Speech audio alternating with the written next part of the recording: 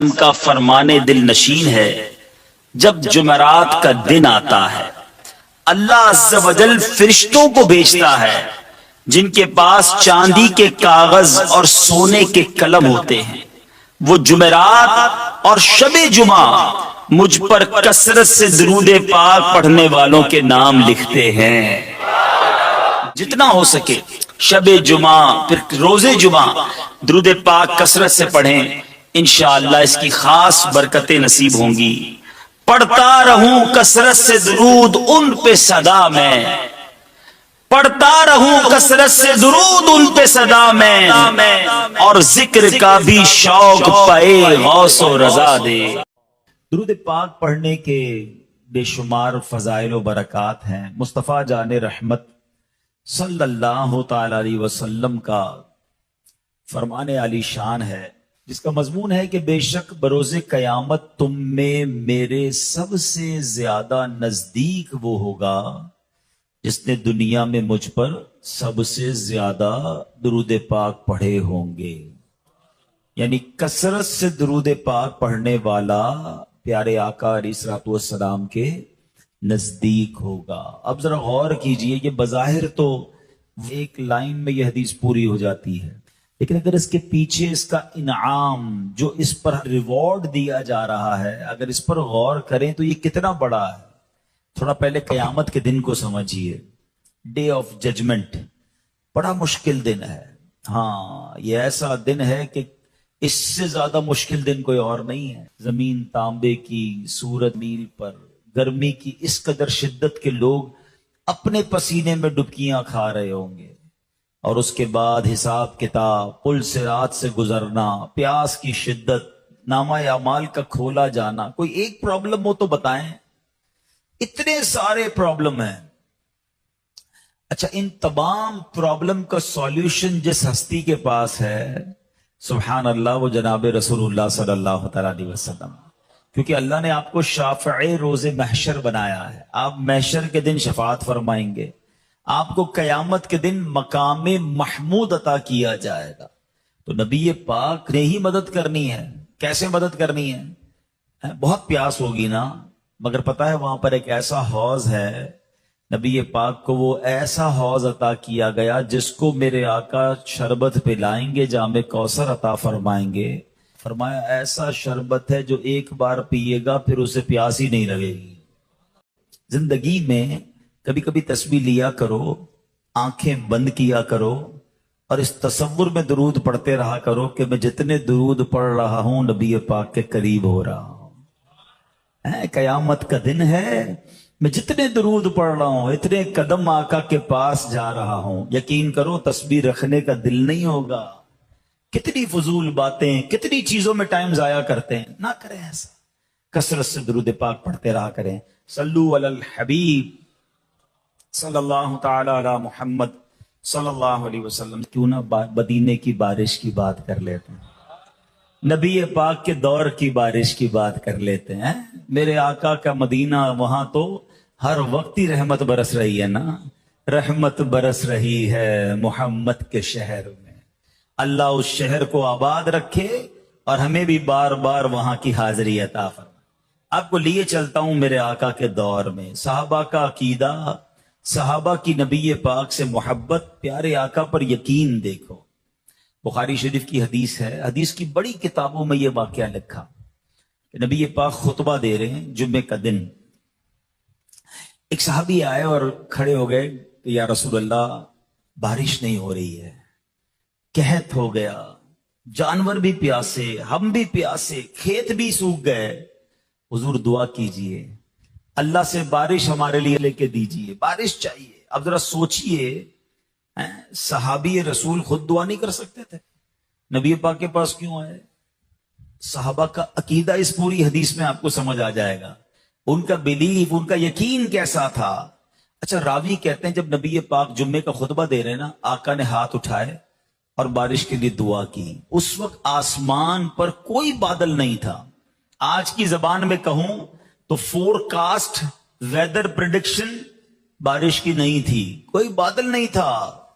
راوی کہتے ہیں نبی پاک ابھی ممبر سے نہ اترے تھے کہ پہاڑ جیسے بادل آنا شروع ہو گئے اور دوران خطبہ بارش شروع ہو گئی.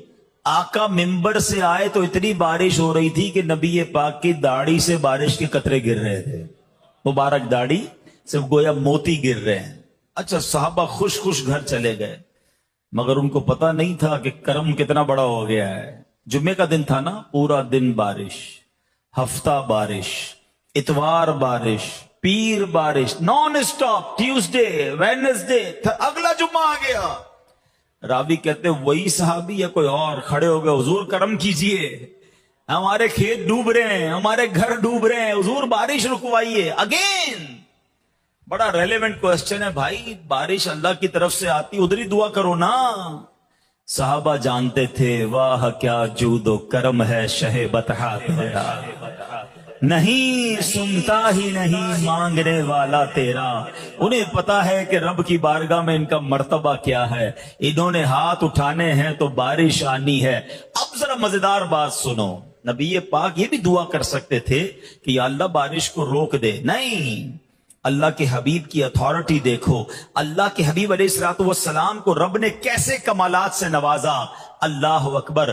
نبی پاک نے بعد آسمان کی طرف ہاتھ اٹھایا اور فرمایا اللہم حوالینا ولا علینا، اے اللہ ہم پر بارش نہ ہو، ہمارے اطراف میں بارش ہو، کیونکہ کھیتوں کو پانی کی ضرورت ہوتی ہے، وہاں ہوتی رہے، شہر والوں پر نہ ہو. اور حدیث کے الفاظ ہیں، میرے آقا اشارہ فرماتے گئے، جدھر جدھر اب مبارک انگلی کا اشارہ ہوتا گیا بادل کٹتا گیا، بادل دور ہوتا گیا. فرمایا مدینہ پیالے کی طرح ہو گیا، پورے مدینے پر اب سورج نظر آ رہا ہے، اسکائی کلین ہو گیا. مگر گاؤں سے کھیتوں سے لوگ آتے تھے، بتاتے تھے بارش وہاں اب بھی ہو رہی ہے مگر مدینے میں بارش نہیں ہو رہی. اللہ اکبر. ذرا غور کیجئے، دنیا میں لوگ کہتے ہیں جناب وزیر اعظم بڑا پاورفل ہوتا ہے، پورے ملک پر کنٹرول ہوتا ہے، وزیر اعلیٰ بڑا پاورفل ہوتا ہے، پورے صوبے پہ کنٹرول ہوتا ہے. نہیں جناب، دنیا کے کچھ صدر ایسے ہیں جن کا آدھی دنیا پہ کنٹرول ہے. ارے دنیا کا موسٹ پاورفل آدمی لے آؤ، تم زمین پر اس کا حکم چلنا دکھا سکو گے؟ میں تو اس نبی کی بات کر رہا ہوں جو اشارہ کرے تو بادل کٹ جایا کرتے ہیں، جو اشارہ کرے تو بارش برس جایا کرتی ہے. اور سبحان اللہ، میرے نبی معجزہ دکھائیں، میرے رضا کا قلم کیسے خاموش رہ سکتا ہے. بریلی کے تاجدار. اچھا اعلیٰ حضرت کا کمال یہ ہے، شان مصطفیٰ بھی بیان کرتے ہیں، سرکار کی مدح سرائی بھی کرتے ہیں، ساتھ اپنی اپلیکیشن بھی لگا دیتے ہیں، ساتھ اپنی التجا بھی لگا دیتے ہیں. کمال ہے اعلیٰ حضرت. کیا خوبصورت شعر لکھا. آپ کہتے ہیں آقا جن کو سوئے آسمان پھیلا کے جل تھل کر دیے. یا رسول اللہ وہ ہاتھ، آپ کے ہاتھ تو اٹھتے ہیں، آسمان سے اتنا پانی برسا، حضور پورے مدینے کو آپ نے جل تھل کر دیا. یا رسول اللہ ان ہاتھوں کا صدقہ ہمیں بھی عطا کر دیجئے، ان ہاتھوں کی خیرات ہمیں بھی دے دیجئے. نبی پاک کی طاقت دیکھو. سرکار دو عالم علیہ الصلوۃ والسلام کو دونوں قسم کے اختیارات دیے گئے. ٹرمینالوجی تھوڑی سی مشکل ہے، میں آسان کر دوں گا. شرعی اس کی ٹرمینالوجی کیا ہے، اصطلاح کیا ہے؟ اختیارات تشریعیہ، اختیارات تکوینیہ. تشریعیہ کس کو کہتے ہیں؟ اللہ کریم نے نبی پاک کو شریعت میں بھی اختیار عطا فرمایا، جس کے لیے جو چاہیں فرض فرما دیں، جس کے لیے جو چاہیں معاف فرما دیں. یہ کائنات میں کسی اور کو نہیں ملا. اور اختیارات تکوینیہ کیا ہے؟ اشارہ فرمائیں تو بادل کٹ جائے، دعا فرمائیں تو سورج پلٹ جائے. ایسے بہت سارے معجزات ہیں. اب آؤ دو تین واقعات، آپ کا ایمان مزید تازہ ہو، مزید محبت رسول میں اضافہ ہو. ایک صحابی رسول نبی پاک کی بارگاہ میں آتے ہیں، عرض کرتے ہیں یا رسول اللہ مجھ سے ایسی غلطی ہوئی کہ میرا فرض روزہ میں نے جانتے بوجھتے توڑ دیا. تفصیل ہے اس کی. تو پیارے آقا علیہ الصلوۃ والسلام نے فرمایا اس کی تو جو کفارہ ہے کہ غلام آزاد کرو. کہ حضور میں تو غلام آزاد نہیں کر سکتا. تو ارشاد فرمایا کہ غلام آزاد نہیں کر سکتے تو پھر 60 روزے رکھو لگاتار، یہ دوسرا اس کا کفارہ. فرمایا حضور، عرض کیا حضور میں 60 روزے بھی نہیں رکھ سکتا. کہ پھر 60 مسکینوں کو کھانا کھلاؤ. حضور اس کے بھی پیسے نہیں ہیں. کسی چیز پر ان کے پاس، وہ کہتے حضور میں کر نہیں سکتا، میری تو استطاعت نہیں. تب یہ پاک نے فرمایا بیٹھ جاؤ. تو بیٹھ گئے. تھوڑی دیر ہوئی تو ایک اور صحابی آیا، ان کے پاس کھجوروں کی ایک ٹوکری تھی، نبی پاک کو گفٹ دیا، حضور آپ کے لیے تحفہ لایا ہوں۔ نبی پاک نے فرمایا وہ کدھر گیا وہ جو صحابی آئے تھے، ان کو بلاؤ۔ وہ آ گئے، پیارے آقا نے اسے ٹوکری دی، فرمایا جاؤ مدینے کے مسکینوں کو کھلا دو، تمہارا کفارہ ادا ہو جائے گا۔ مگر اور تو سنو، وہ کہتے ہیں حضور مجھ سے بڑا مدینے میں مسکین کون سا ہے؟ حضور میں خود ہی اتنا فقیر ہوں، میں کس کو جا کے بانٹوں؟ اللہ اکبر۔ حدیث کے الفاظ ہیں، میرے آقا اتنا مسکرائے، اتنا مسکرائے، فرمایا جا تو کھا لے، تیرے گھر والے کھا لیں، تیرا کفارہ ادا ہو جائے گا۔ یہ کیسی اتھارٹی ہے؟ آتا ہے فقیروں پہ انہیں پیار کچھ ایسا، آتا ہے فقیروں پہ انہیں پیار کچھ ایسا، خود بھیک دیں اور خود کہیں منگتا کا بھلا ہو۔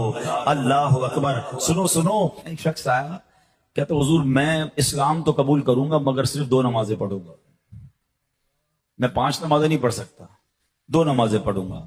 پیارے آقا نے فرمایا ٹھیک ہے، اس نے اسلام قبول کر لیا۔ یہ کون کر سکتا ہے؟ یعنی شریعت کا حکم، قرآن کی نص سے نماز ثابت ہے، مگر اللہ کریم نے اپنے حبیب کو وہ اتھارٹی دی ہے، وہ اختیار دیا ہے، مقام مصطفیٰ سمجھو۔ وہ کہتے نا زبان مصطفیٰ سے جو نکلا کہہ دیا تو ہو گیا، فرمایا وہی آرڈر بن گیا، وہی شریعت بن گئی۔ اور یہ 1-2 بار نہیں ہوا، آپ سنتے جائیے۔ ایک بار ایک صحابی ہیں، وہ کہتے ہیں، حالانکہ یاد رکھیے کہ قربانی کے لیے ایسا جانور ہو کہ جو بکرے کی جو عمر ریکوائرڈ ہے وہ پوری ہونی چاہیے۔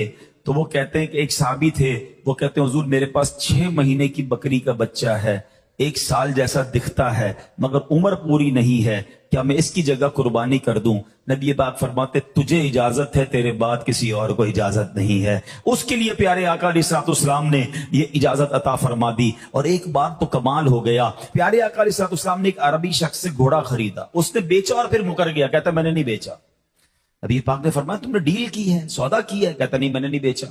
اب معاذ اللہ وہ نبی پاک سے الجھ رہا تھا، تو حضرت خزیمہ وہاں سے نکلے، وہ عربی کہتا ہے کوئی گواہ لے کر آؤ۔ اب اس ڈیل کے وقت گواہ تو کوئی تھا ہی نہیں۔ حضرت خزیمہ گزرے کا کیا ہوا؟ کہ تمہارے نبی کہتے ہیں گھوڑا خریدا ہے، میں کہتا ہوں نہیں خریدا، کوئی گواہ نہیں ہے بیچ میں۔ کہتا میں گواہی دیتا ہوں، آپ نے بیچا ہے، یہ سچ کہہ رہے ہیں۔ تو نبی پاک کی دیکھیں، یہ پیارے آقا علیہ الصلوۃ والسلام کی کمال کی سچائی اور خوبصورتی اور انصاف کے تقاضے۔ فرمایا خزیمہ تم تو تھے نہیں، تم کیسے گواہی دے سکتے ہو؟ حالانکہ آپ کے حق میں گواہی دی ہے۔ اے خزیمہ تم تو اس ڈیل کے وقت تھے ہی نہیں، تم کیسے گواہی دیتے ہو؟ آئے ہائے حضرت خزیمہ کی کہتے ہیں نا نبی پاک سے محبت پر ہماری جانیں قربان، کہتے حضور آپ فرماتے اللہ ایک ہے، میں مانتا ہوں اللہ ایک ہے۔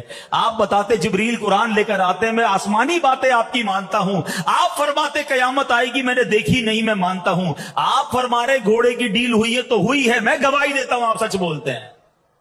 اللہ اکبر۔ نبی پاک اتنا خوش ہوئے، پیارے آقا نے فرمایا ویسے شریعت کا حکم کیا ہے کہ 2 مرد گواہی دیں تو گواہی پوری ہوتی ہے۔ آقا فرماتے خزیمہ آپ کسی بھی عدالت میں اکیلا گواہی دے، اس کی گواہی 2 مردوں کے برابر۔ شریعت کا حکم ہی بدل گیا، کیوں؟ زبان مصطفیٰ سے جو نکل گیا۔ سمجھو میرے نبی کا مقام کیا ہے۔ اب آؤ، یہ تو اتنی مثالیں ہیں، میرے پاس بیان کا وقت مختصر ہے، ورنہ میں صرف احکام تشریعیہ جو اتھارٹی شریعت میں ہے اگر اس پر بیان کرنا چاہوں تو کتنی حدیثیں موجود ہیں۔ ایک بار نبی پاک نے حج کی فرضیت کا حکم بتایا کہ حج فرض ہو گیا ہے۔ صحابی نے عرض کی حضور کیا ہر سال فرض ہے؟ پیارے آقا خاموش رہے۔ دوبارہ سوال کیا حضور کیا ہر سال فرض ہے؟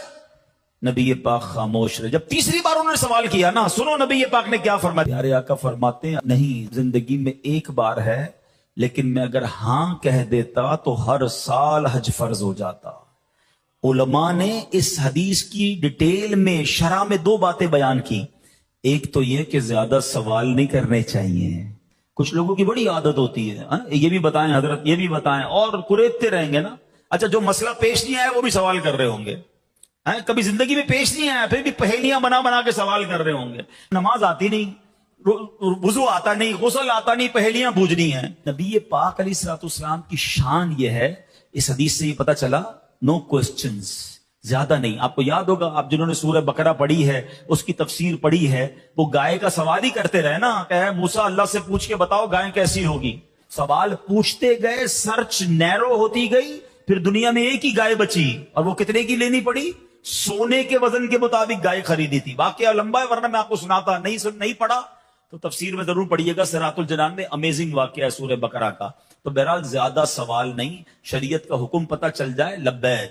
وہ تسی پنجابی بڑی اچھی گل کندے ہو، اسی منڑ والے ہیں، سوچن والے نہیں ہیں. تو منڑ والے بنو اور عمل کر لیا کرو. دوسری بات اس حدیث سے سیکھنے کو کیا ملی؟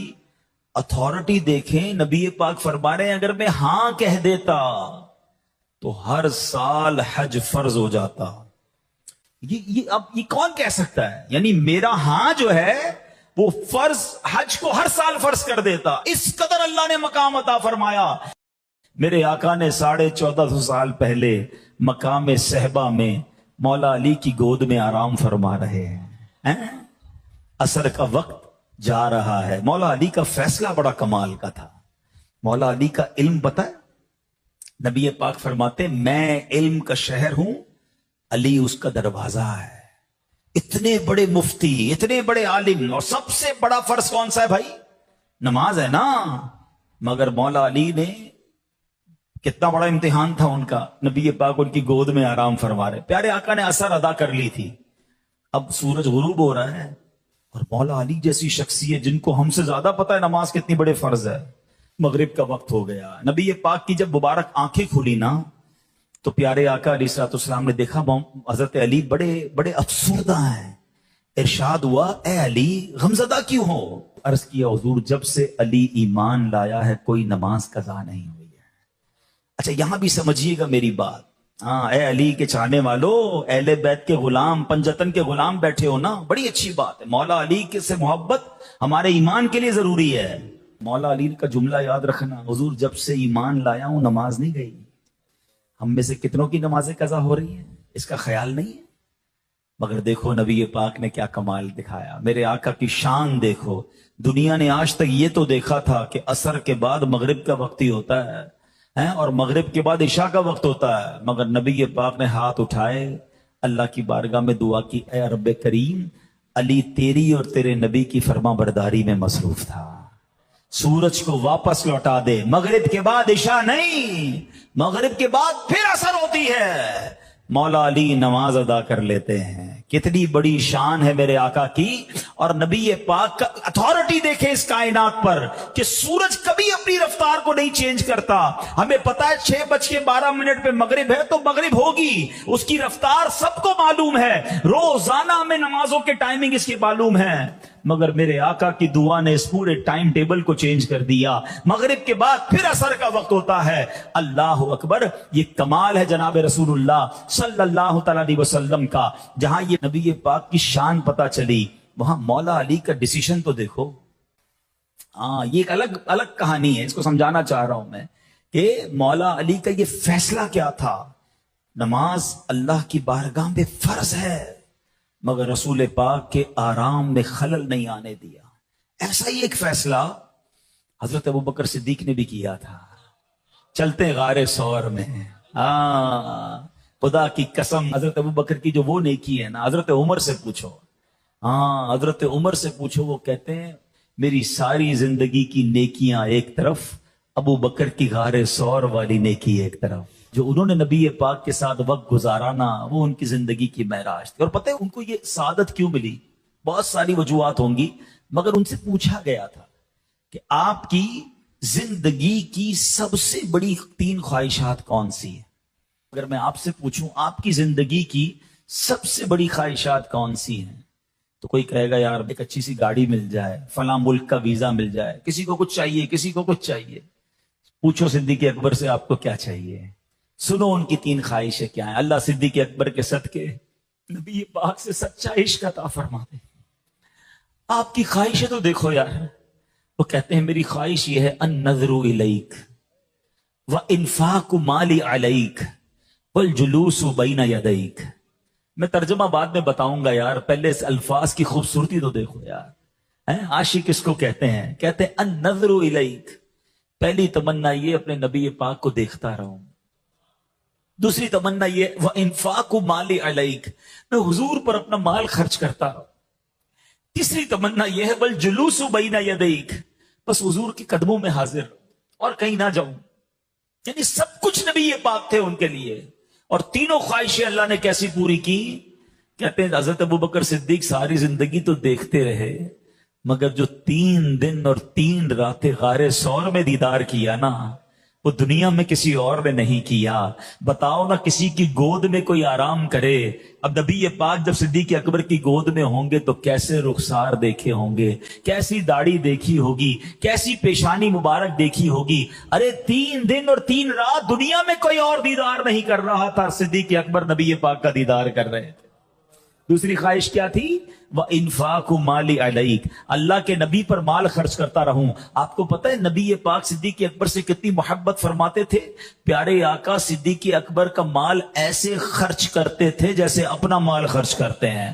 خود فرماتے ہیں اور لوگوں نے مجھ پر جو احسان کیا ان کا بدلہ میں نے چکا دیا، مگر صدیق اکبر نے جو مجھ پر خرچ کیا ہے، جو اس نے مجھ پر خرچ کیا، اس کا بدلہ قیامت کے دن رب سے لے کر دوں گا.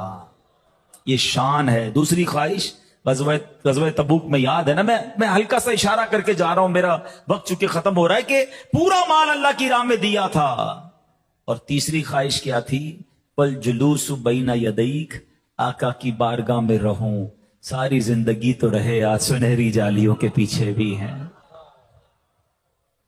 آج بھی اپنے آقا کے ساتھ ہیں. صدیق اکبر غار ثور میں ہیں، نبی پاک آرام کر رہے ہیں، سانپ نے کاٹ لیا. سوچو محبت کہتے کس کو ہے؟ جان چلی جائے گی، پتا تھا ان کو سانپ نے کاٹ لیا، درد ہو رہا ہے، زہر پھیل رہا ہے. عقل تو کہتی ہے نبی پاک سے عرض کر دیتے، حضور تھوڑا سا بیدار ہو جائیں، پھر مجھے سانپ نے کاٹ لیا. نہیں، صدیق اکبر کے عشق نے کہا جان جاتی ہے تو جائے، نبی پاک کے آرام میں خلل نہیں ہونا چاہیے. مگر انسان تھے نا، درد ہوا، آنکھوں سے آنسو نکلے، پیارے آقا کے رخسار پر آنسو گرے، نبی پاک کی آنکھیں کھولی. ابو بکر کیوں رو رہے ہو؟ کہ حضور سانپ نے کاٹ لیا ہے. ہائے ہائے. نبی پاک نے کسی ڈاکٹر کے پاس نہیں بھیجا، لعاب دہن نکالا، اپنا تھوک مبارک صدیق اکبر کے انگوٹھے پہ لگایا، سانپ کا درد ہی چلا گیا، زہر ہی چلا گیا. مگر اگین کوسچن کھڑا ہوتا ہے، مولا علی نے پتا تھا ان کو نماز فرض ہے، جانے دی، آرام میں خلل نہیں کیا. صدیق اکبر کو پتا تھا جان بچانا بھی فرض ہے، ہاں جان بچانا یہ فرض ہے. صدیق اکبر نے کہا جان جاتی ہے تو جائے، نبی پاک کے آرام میں خلل نہیں آنا چاہیے. یہ دونوں واقعات ایکچولی کچھ سکھا رہے ہیں. یہ سمجھ لو آج میرے بیان کا موضوع ہے، یہ میرا آج کا میسج ہے. یہ دونوں کیا سکھا رہے ہیں؟ جب مسئلہ سمجھنا ہے نا، عشق کی گتھی سلجھے نا، تو بریلی کے تاجدار حل فرما دیتے ہیں. آؤ چلتے ہیں اعلیٰ حضرت کی بارگاہ میں. آپ بتائیے یہ دونوں واقعات کیا سکھا رہے ہیں؟ یہ کیوں دونوں نے فرض چھوڑ دیا؟ اعلیٰ حضرت نے سبحان اللہ اپنے اشعار کے ذریعے کیا سمجھایا؟ وہ کہتے ہیں مولا علی نے واری تیری نیند پر نماز. کون سی نماز؟ مولا علی نے واری تیری نیند پر نماز، اور وہ بھی عصر سب سے جو اعلیٰ خطر کی ہے. صدیق بلکہ غار میں جان ان پہ دے چکے، اور حفظ جان تو جان فروز غرر کی ہے. کہتے جان بچانا تو بڑا فرض تھا، مگر میرے آقا نے کیا مہربانی کی؟ ہاں تو نے انہیں جان انہیں پھیر دی نماز. سورج پلٹا کر نماز لوٹا دی ان کو، لعاب دہن لگا کر جان واپس کر دی. آقا نے تو دونوں پر مہربانی کر دی نا. ہاں تو نے انہیں جان انہیں پھیر دی نماز، پر وہ تو کر چکے جو کرنی بشر کی ہے. وہ دونوں نے اپنے حصے کا کام کر دیا، آقا نے مہربانی کر دی ٹھیک ہے، مگر وہ دونوں اپنا کام کر چکے. اب ان دونوں واقعات سے سیکھنا کیا ہے؟ اعلیٰ حضرت نتیجہ نکال رہے ہیں، فرماتے ثابت ہوا کہ جملہ فرائض فروع ہیں. کہتے جتنے فرض ہیں نا یہ شاخیں ہیں.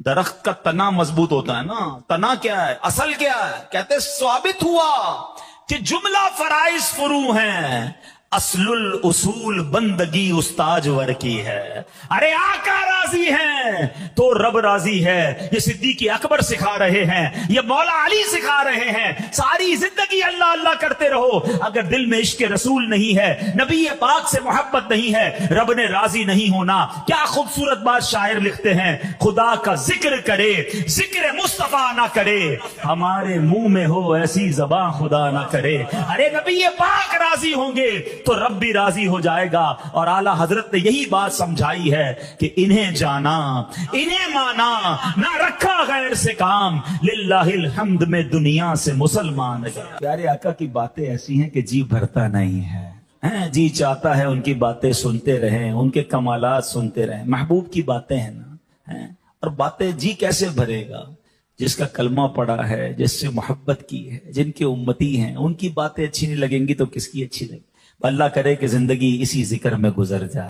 اب آخری بات, نبی پاک کا مقام تو بہت بڑا ہے نا, مگر ہماری پتہ ہے لاٹری کیا لگی ہے, ہم پر مہربانی کیا ہو گئی ہے کہ ہمیں کسی اور نبی کا امتی نہیں, جناب رسول اللہ کا امتی بنا دیا.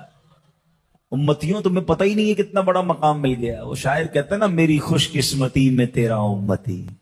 ہاں بیٹھے بٹھائے بہت بڑی مہربانی ہو گئی ہے. حضرت موسیٰ سے پوچھو, ایک بار اللہ سے کہتے یا اللہ, تورات کی تلاوت کر رہے تھے, یا اللہ میں نے تورات میں پڑھا ہے ایک امت ایسی آئے گی جو ایک نیکی کریں گے 10 نیکیوں کا ثواب ملے گا, اے اللہ وہ امت میری امت کر دے. اللہ نے فرمایا یا موسیٰ تلک امت احمد, وہ امت میرے نبی احمد مجتبیٰ کی امت ہوگی. کہتے یا اللہ میں نے تورات میں پڑھا ہے ایک امت ایسی ہوگی جن کے سینوں میں تیرا کلام یاد ہو جائے گا, محفوظ ہو جائے گا, اللہ وہ امت میری امت کر دے. فرمایا یا موسیٰ تلک امت احمد, وہ امت میرے آخری نبی کی امت ہے. یا اللہ میں نے ایک امت کا ذکر پڑھا ہے قیامت کے دن ان کی شفاعت کی جائے گی, اللہ وہ امت میری امت کر دے. ارشاد ہوا تلک امت احمد, اے موسیٰ وہ امت میرے آخری نبی کی امت ہے. آپ پڑھتے گئے اللہ سے کہتے کہ اللہ وہ امت میری بنا دے گا, وہ تو میرے نبی کی امت ہے.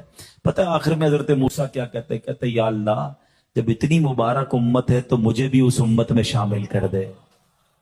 اے امتیوں, تم اور میں اس امت میں ہیں جس میں آنے کے لیے کلیم اللہ عرض کر رہے ہیں.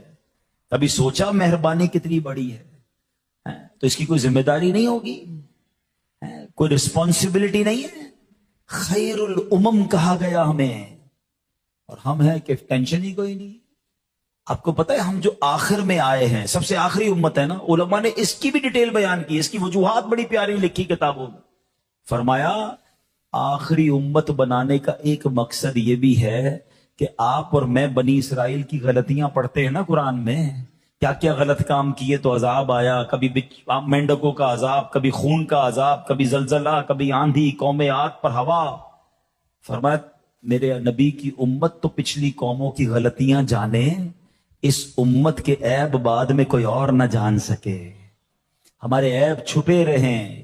اب سوچئے اتنی مہربانی کی گئی ہم پر, لیکن کیا ہم اس امتی ہونے کا حق ادا کر رہے ہیں؟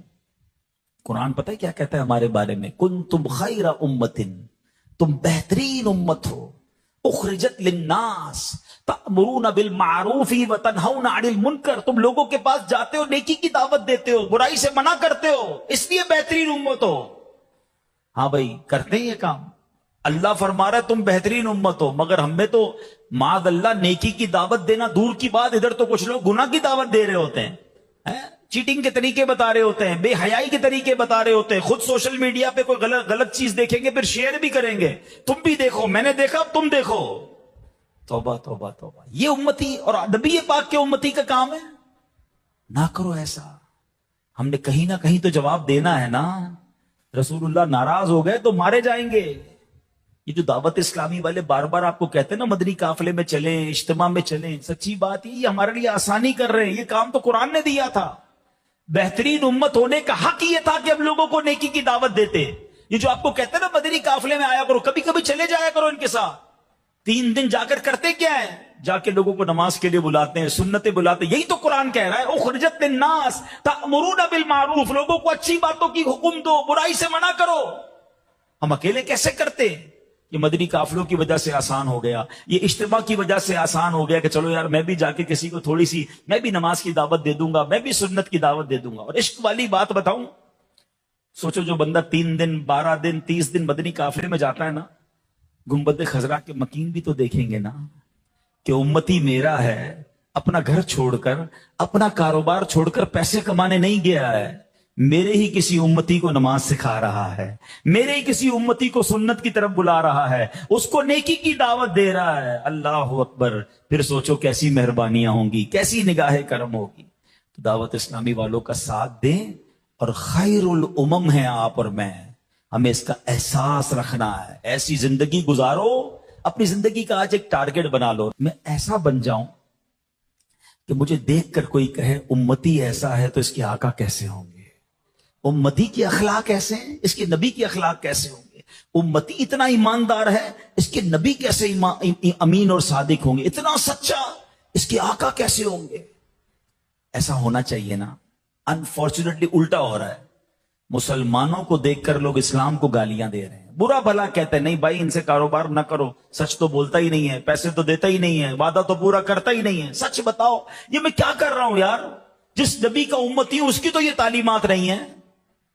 دنیا میں ایسی قوم بننا ہے کہ لوگ دنیا میں کہیں یار اگر کام کرنا ہے تو مسلمانوں کے ساتھ